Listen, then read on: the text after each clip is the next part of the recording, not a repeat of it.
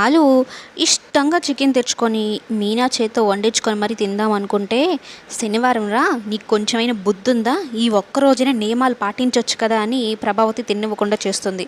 అయితే బాలు అలిగి అసలు అన్నమే తినడు. తింటే నాన్ వెజ్జే తింటాను, వెజ్ నేను అస్సలు తిన్ను అని వెళ్ళిపోతాడు. కానీ నైట్ అంతా నిద్రే పట్టదు. 12 ఎప్పుడవుతుందా, ఆ చికెన్ ఎప్పుడు పొట్టలో వేసుకుందామా అన్నట్టు ఎదురు చూస్తూ ఉంటాడు. మీనా ఏమో గురక పెట్టి నిద్రపోతూ ఉంటుంది.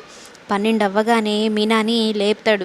మీనా రావా ప్లీజ్ అంటే, మీనా పాపం ఇంకేదో అనుకుంటుంది, పిల్లల గురించి అనుకుంటుంది.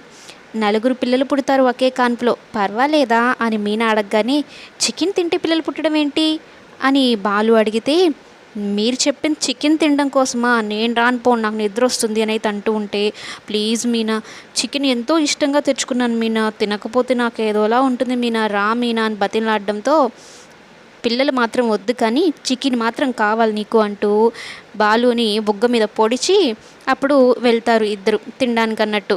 బాలు ఇంకా ఇష్టంగా తెచ్చుకున్న చికెను అందులో ఎవరు తినకూడదనే శనివారం రోజు తెచ్చుకున్నాడు. కానీ తనే తినకుండా అయిపోయేసరికి 12 ఎప్పుడెప్పుడు అవుతుందని ఎదురు చూసి మరీ చికెన్